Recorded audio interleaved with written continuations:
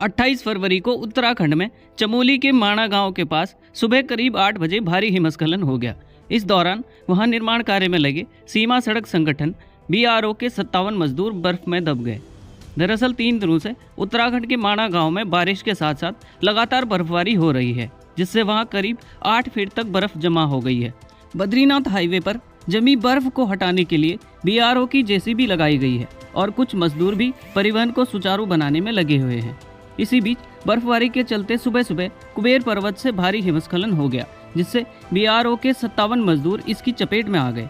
सुबह के वक्त जब मजदूर वहां कंटेनर में सो रहे थे, इसी दौरान कंटेनर के ऊपर हिमस्खलन हो गया। इसकी चपेट में जम्मू कश्मीर, पंजाब और कुछ उत्तर प्रदेश के मजदूर आ गए हैं। ये सब BRO के कार्यदायी संस्था के मजदूर हैं।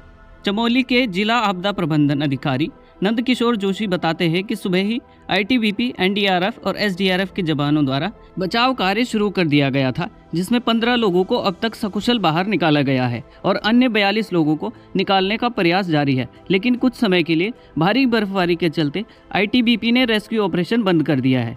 ITBP के जवान माणा गाँव में वापस अपने कैंप में लौट गए हैं। जिलाधिकारी संदीप तिवारी के अनुसार क्षेत्र में लगातार बर्फबारी होने और कोहरा लगने से रेस्क्यू कार्य बाधित हो रहा है। मौसम सामान्य होने पर फिर से रेस्क्यू चलाया जाएगा।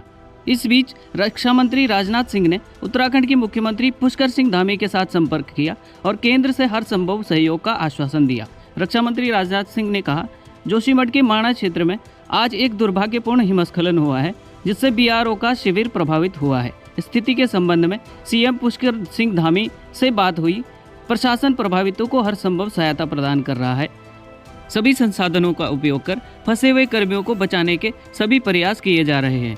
गृह मंत्री अमित शाह ने भी माणा में हुए हिमस्खलन को लेकर ट्वीट किया और कहा कि हादसे में फंसे लोगों को सुरक्षित निकालना हमारी प्राथमिकता है। स्थानीय प्रशासन, ITBP और अन्य रेस्क्यू टीमों के साथ साथ NDRF की 2 टीमें भी जल्द ही घटनास्थल पर पहुंच रही हैं और एयरफोर्स से भी मदद मांगी जा रही है। आपको बता दें कि साल 2021 में चमोली के रैणी में ग्लेशियर टूटने से ऋषिगंगा में बाढ़ आ गई थी, जिसके कारण 206 लोगों की मौत हो गई थी और कई लोग लापता हो गए थे।